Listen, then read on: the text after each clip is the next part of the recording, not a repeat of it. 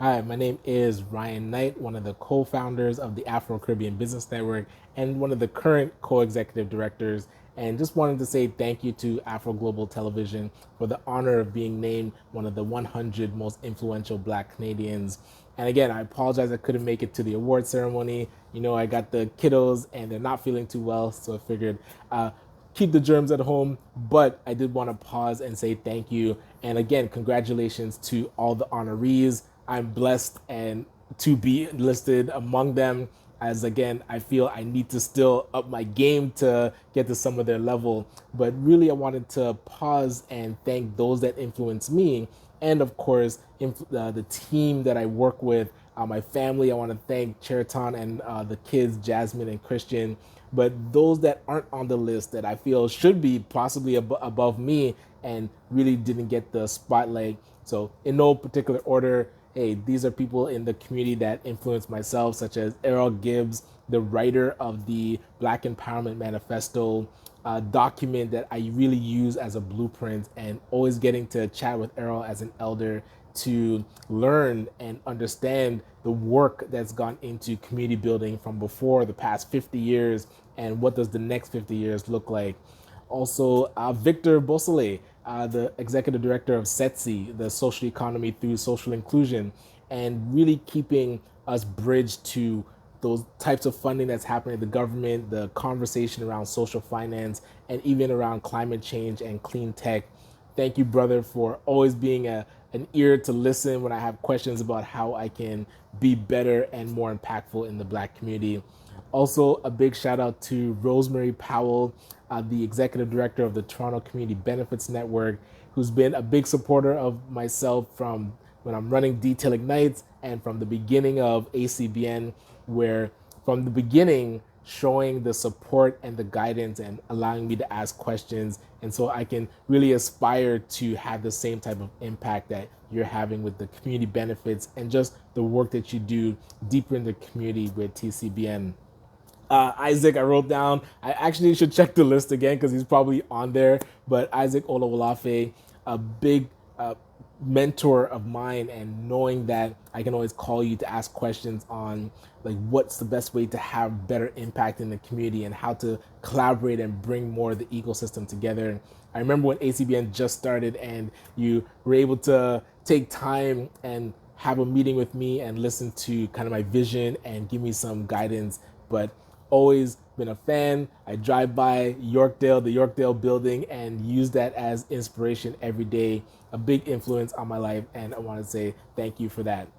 Dr. Pierre, Justine Pierre, who is one of the co-founders and lead researchers of a Black-led research firm, Dunn Pierre, Barnett and Associates, and we were able to commission with them the first ever Black labor market assessment here in Canada.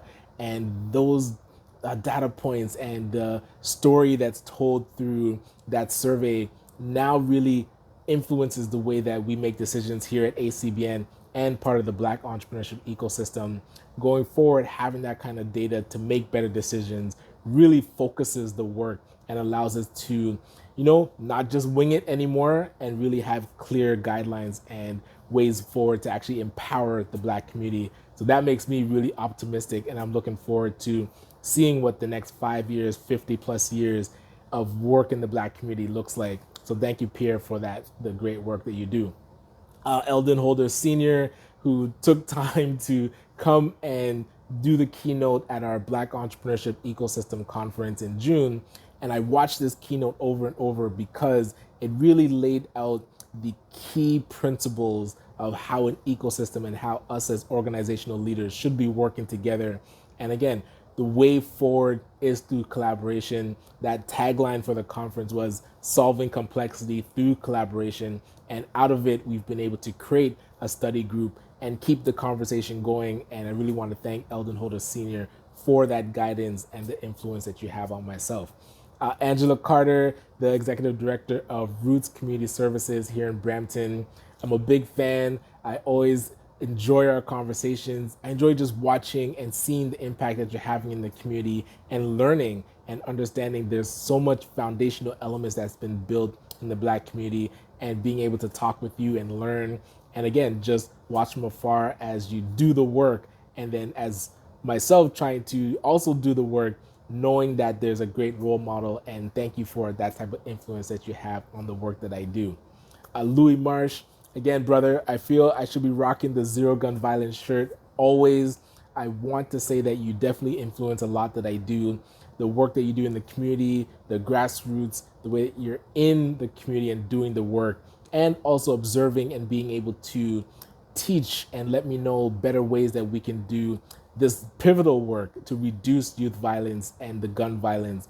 And again, also Marcel Wilson with One by One Movement, the work that you do on the ground level, making sure that we reduce as much as we can the youth violence, but also cater to the families that go through it and the trauma that's happening in the community.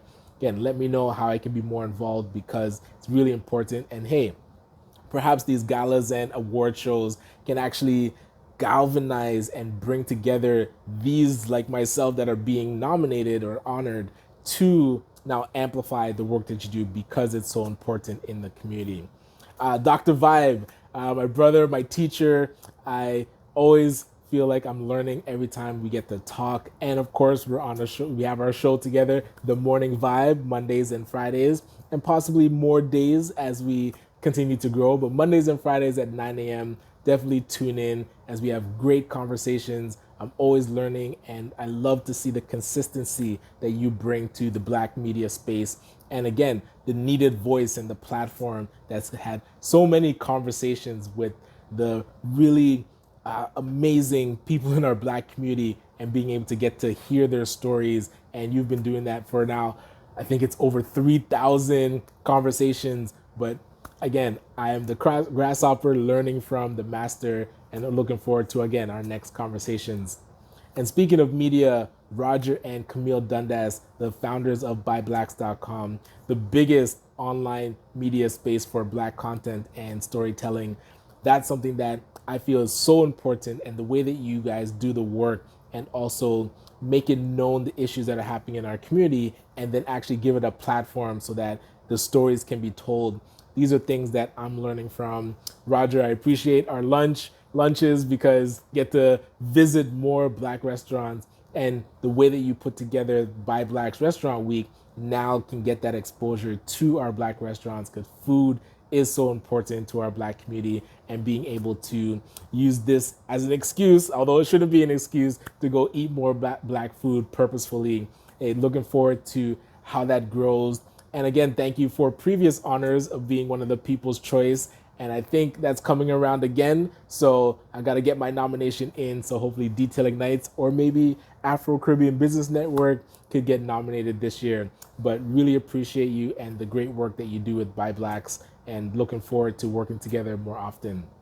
Paul Green, a gentleman that does such great work in the community for our youth, and again, doesn't really get the spotlight. And some of the people that I'm naming don't want the spotlight, but I want to be able to show that they're influencing the work that I do because it's so important.